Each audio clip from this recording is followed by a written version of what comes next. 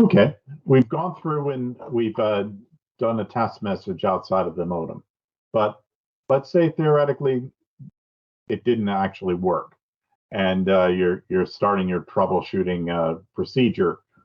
One of the first things that you're going to look at inside the modem is actually the log files. There's log files that are recorded internally on this device that give you real insight into what happens when you send a message. It's under System, Logs. If you click on Logs, it'll bring you to a log interface. Now, this basically says every command that's happening inside the modem. 99% of this is not of any interest to you. But you'll notice that there's some differences in the colors. There's a way of filtering through here to actually only see the stuff that's related to the custom script that we run on this modem that converts commands coming from the viewLinc system into commands that run on all the major carriers. So if you turn off the errors and informational log entries and only look at warnings, warnings will show you basically all the communications going back and forth between the modem and viewLinc. So scrolling down through here, there's some entries that'll just end up in here all the time, like this offline uploads file doesn't exist. There's some other things that are in here, but the big things to be looking at are the serial commands, and making sure that you're getting serial commands that show up inside of here. And this goes through the entire procedure as the unit is going out to make a call. I scroll down, I can get to the latest information. Okay.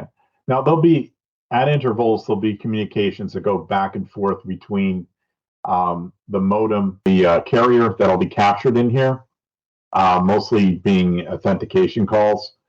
When the viewLinc server actually goes to do a test message, outbound test messages, you're going to see a volley of information that follows a very common pattern. One is you're going to get serial data coming in. This is the serial data coming in from the Digiport server, from the viewLinc server into the modem. And you'll see a series of serial commands coming in here. Not that you can read any of the information here, but their presence here indicates that a communication was happening between the viewLinc server and this device. You don't see it when you're doing a test message. It tells you something, the modem itself is not getting anything from the viewLinc server. So that would be an indication that you might have an issue with the serial port server port settings not being correct. And this is when you might have to go through and manually configure the baud rates if you're not seeing these serial commands come in. You'll also see some other commands that come in here. You'll actually see in the error log, you'll see the SMS message. And it might be a little bit hard to read it here, but this is the actual text message that was sent to my cell phone. It indicates what the server is and saying test message. So BOU PC1, this is my viewLinc server, and dash SMS test message was, that was my whole text message that is issued when you press that button.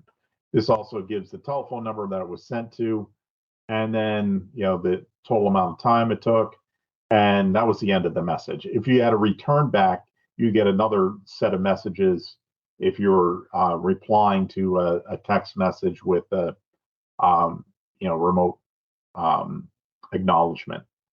But this is an interface that you'd use for troubleshooting.